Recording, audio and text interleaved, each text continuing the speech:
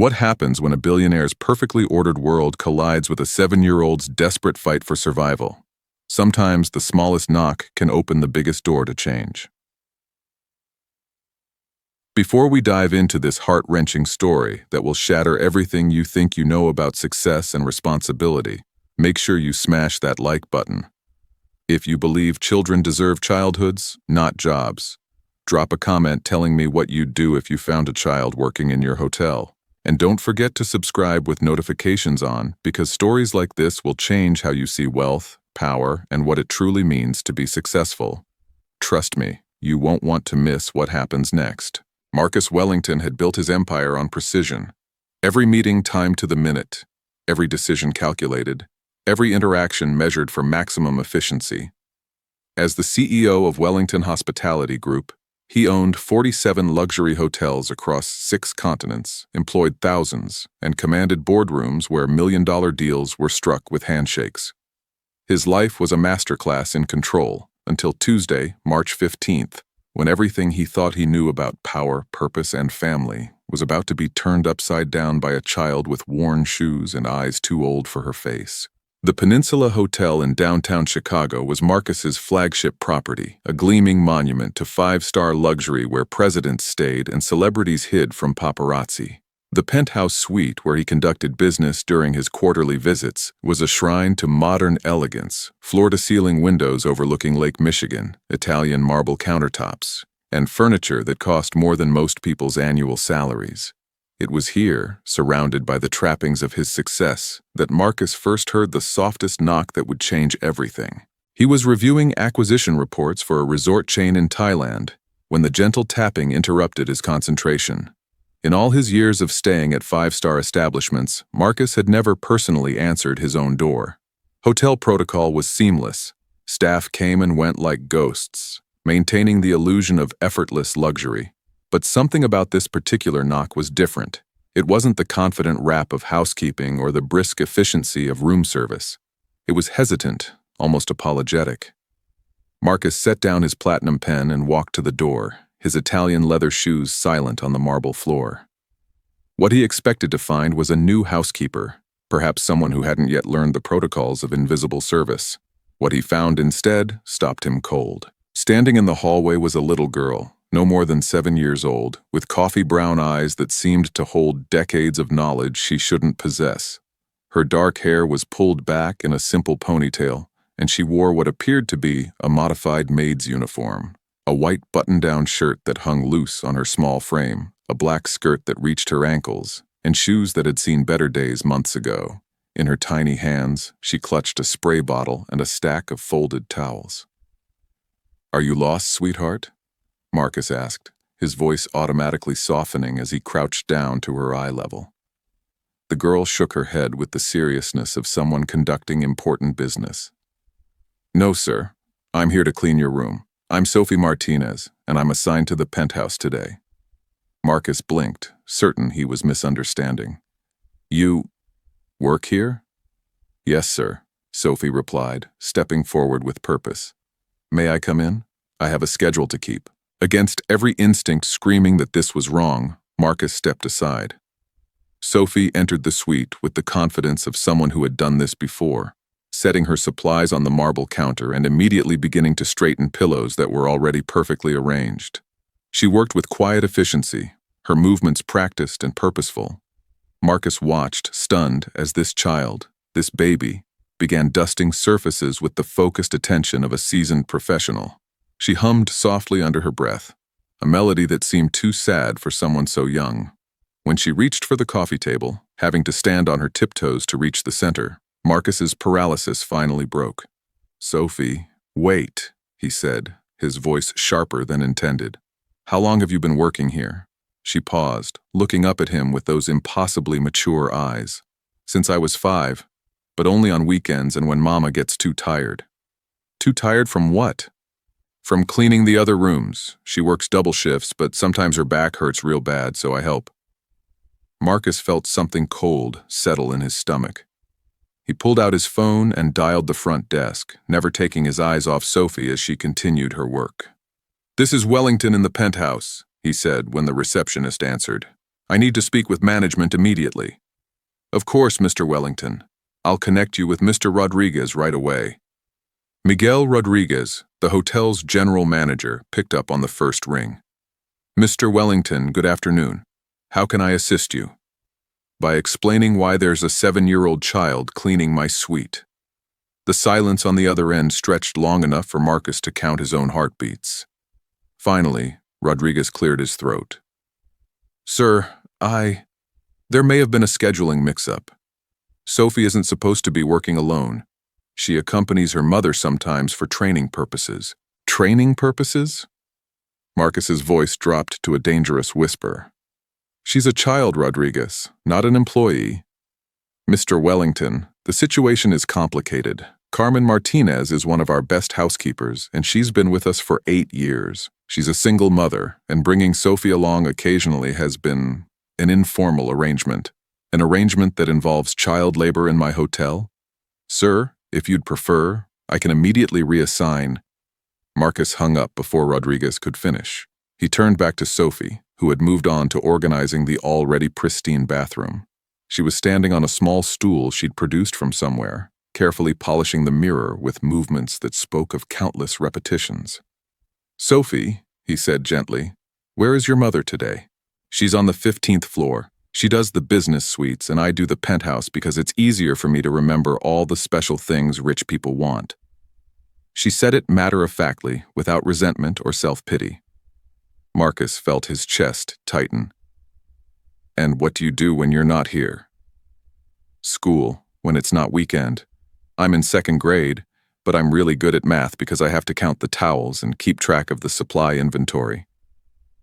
The casual way she mentioned inventory management, a skill that Marcus's junior executive struggled with, made him want to punch something. Instead, he sat down on the edge of the bed, watching this tiny person who had been forced to grow up too fast. Do you like cleaning rooms? He asked. Sophie considered this seriously. I like making things nice for people. And I like seeing all the different ways people live. Some guests leave books everywhere, and some never move anything from where we put it. You're the neat kind. Is that good or bad? It's easier, she said with a small smile. But the messy ones tip better. Marcus had to turn away to hide his expression. Here was a child who not only understood the economics of service work, but had developed strategies around it. She was 7 years old and already thinking like a business analyst. Sophie, can you take a break for a minute? I'd like to talk to you. She set down her cleaning supplies and perched on the edge of the sofa, her feet dangling several inches from the floor. Did I do something wrong? No, sweetheart, you did everything right. That's actually the problem. Marcus spent the next hour learning Sophie's story, and with each detail, his heart broke a little more. Carmen Martinez had immigrated from El Salvador when Sophie was 3, working 2 jobs to support them both. When the pandemic hit, Carmen lost her 2nd job and took on extra shifts at the hotel to make ends meet. Sophie started coming along during summer breaks and weekends, initially just to stay close to her mother, but gradually beginning to help with simple tasks. Nobody made me work, Sophie insisted, with the fierce independence of someone who had learned early that she couldn't rely on others. I wanted to help Mama. She gets so tired and her back hurts. When I help, she can rest more. Where do you live? Marcus asked. In the staff housing behind the hotel. It's small, but it's just me and Mama, so it's okay. Marcus knew the staff housing, basic apartments that the hotel provided for essential workers. They were clean and functional, but hardly suitable for raising a child. He also knew that Carmen's salary, even with overtime, would barely cover rent and basic necessities. Sophie, I want you to do something for me, Marcus said, pulling out his phone. I want you to stop working and just be a kid for the rest of the day. Can you do that? She looked genuinely confused by the request. But I haven't finished the bathroom yet. I'll finish it. You don't know how to clean bathrooms. Marcus laughed despite himself. You're probably right, but I think I can figure it out. That evening, Marcus made a series of phone calls that would have surprised his business associates. He contacted the hotel's HR department, the local school district, and his personal attorney. He also arranged a meeting with Carmen Martinez for the following morning. Carmen arrived at his office at 7 a.m. sharp, still in her housekeeping uniform, her hands visibly shaking despite her attempts to appear calm. She was a small woman with prematurely gray hair and eyes that held the same depth as her daughter's. "Mr. Wellington," she said, her accented English careful and precise, "I am very sorry about yesterday. Sophie wasn't supposed to work alone. I had to handle an emergency on another floor, and she insisted on finishing the penthouse. I should have been watching her more closely." Marcus gestured for her to sit, pouring her a cup of coffee that she accepted with trembling hands. "Carmen, you're not in trouble. Your daughter isn't in trouble. I asked you here because I want to understand your situation better." Over the next hour, Carmen shared her story. She was 32 years old, had been working since she was 14, and had never taken a day off work since arriving in the United States. She worked 60-hour weeks at the hotel and spent her free time taking online courses in business management, hoping to eventually move into a supervisory role. "Sophie is very smart," Carmen said, her voice filled with pride and worry. "She learns everything so fast. Sometimes I think she's smarter than me already, but I cannot give her the life she deserves on what I make. The staff housing is temporary, but I can't afford anything else in this city." "What would you do if money weren't an issue?" Marcus asked. Carmen's eyes welled up. "I would go back to school. I would get my degree in business administration. I would give Sophie her own room, with books and toys and everything a little girl should have. I would make sure she never has to work again until she's grown up and chooses to." Marcus nodded slowly. "Carmen, I'm going to make you an offer, and I want you to think about it carefully before you answer." He explained his proposal: a full scholarship for Carmen to attend the local university's business program, with flexible scheduling that would allow her to continue working part-time. The hotel would provide an upgraded apartment in a family-friendly complex nearby, and Sophie would be enrolled in one of the city's best private schools, with all expenses covered.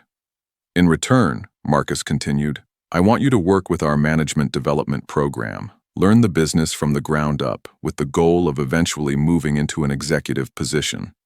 And I want Sophie to focus on being a child. School, friends, hobbies, everything she's been missing."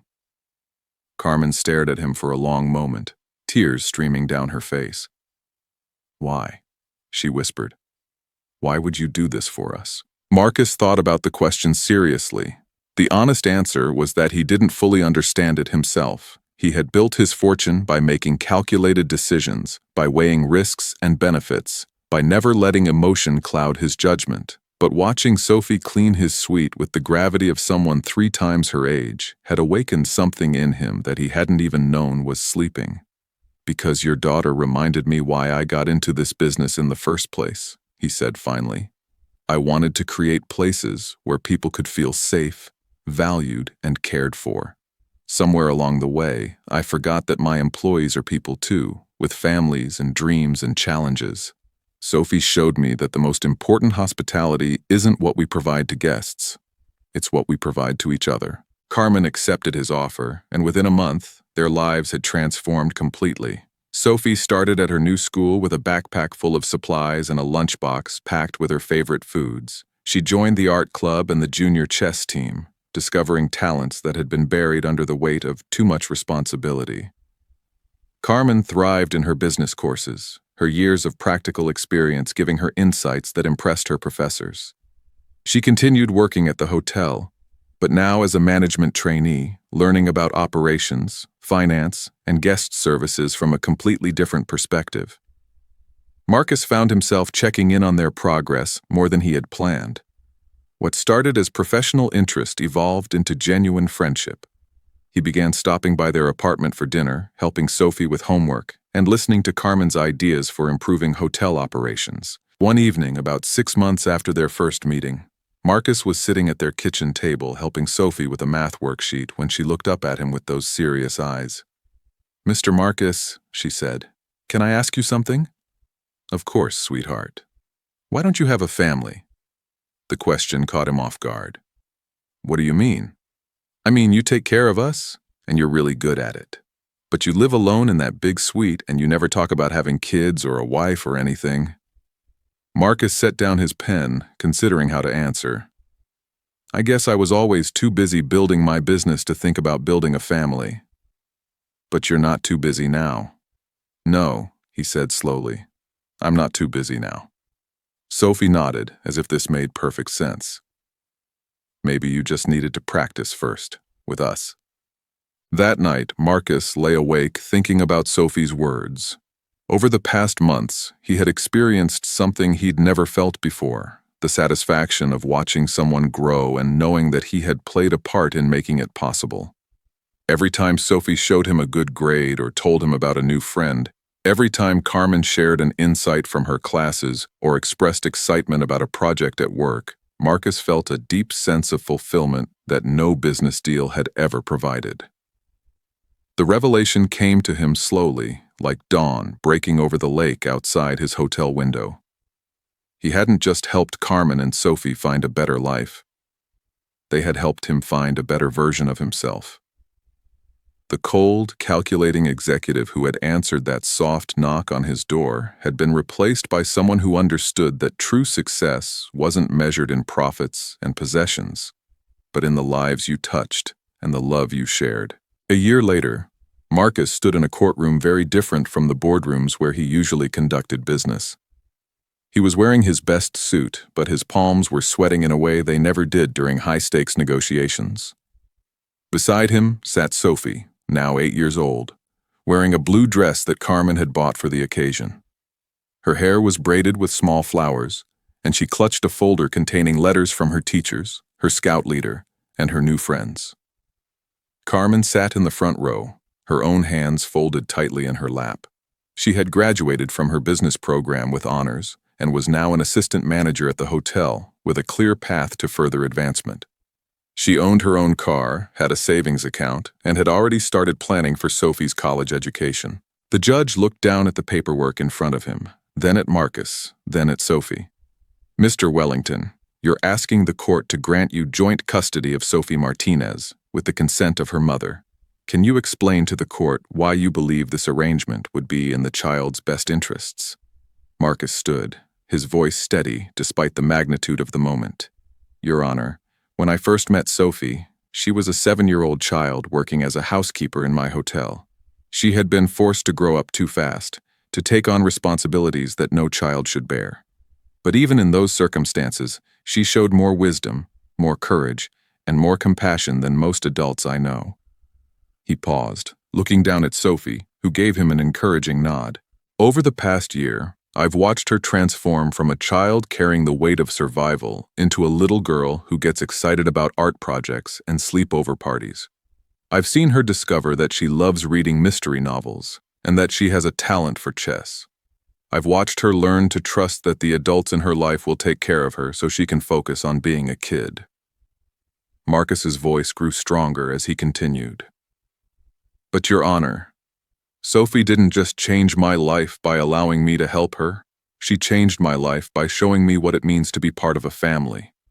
She taught me that love isn't something you achieve or acquire. It's something you choose, every day, in 1,000 small ways. He looked at Carmen, who was wiping tears from her eyes. Carmen Martinez is an extraordinary mother who has sacrificed everything to give her daughter the best life possible. I'm not asking to replace her or to take anything away from their relationship. I'm asking to add to it, to be part of a family that has already made me a better man than I ever thought possible. The judge turned to Sophie. Young lady, do you understand what's happening here today? Sophie nodded solemnly. Yes, sir. Mr. Marcus wants to officially be part of our family, like he already is in our hearts. And how do you feel about that? Sophie looked at Marcus, then at her mother, then back at the judge. I feel happy. Mr. Marcus came to our door when we needed help, and he stayed. He taught me that family isn't just about who you're born with. It's about who chooses to love you and who you choose to love back. The courtroom was silent for a moment, then the judge smiled. Joint custody is granted. The ripple effects of that Tuesday afternoon knock continue to spread even now. Marcus restructured his company's employee benefits to include educational assistance, affordable housing options, and comprehensive childcare. He established a foundation focused on supporting working families, particularly single mothers trying to build better lives for their children. Sophie, now thriving in school and surrounded by friends, volunteers at the hotel's community outreach programs, helping other children who remind her of her younger self. Carmen earned her MBA and now oversees operations for 3 of Wellington's properties, with plans to eventually become a regional director. But perhaps the most profound change is in Marcus himself. The man who once measured success in quarterly profits now measures it in bedtime stories read, homework sessions completed, and family dinners shared.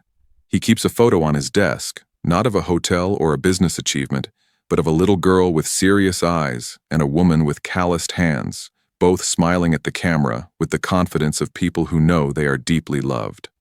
The story that began with a soft knock on a hotel room door became a testament to the transformative power of choosing love over convenience, family over solitude, and purpose over profit. Sometimes the most successful business deal you can make is not with a client or a competitor, but with your own heart when you finally decide to open the door to the life you never knew you wanted. Marcus often tells this story to other business leaders, reminding them that behind every employee ID badge is a human being with dreams, struggles, and potential. He challenges them to look beyond the services their workers provide and see the people who provide them. The greatest return on investment I ever made, he says, was not in real estate or acquisitions. It was in answering a knock on my door and choosing to see the person behind it, not just the service they were providing. If this story moved you, if you felt something from this story, share your thoughts in the comments. Don't forget to like, subscribe, and ring that bell for more powerful emotional journeys. See you in the next one. The knock on Marcus Wellington's door lasted only 3 seconds, but its echo continues to resonate through the lives of everyone it touched. In a world that often feels divided by wealth and circumstance, their story reminds us that the most profound connections happen not when we look down or up at others, but when we look directly across at them and recognize ourselves in their humanity.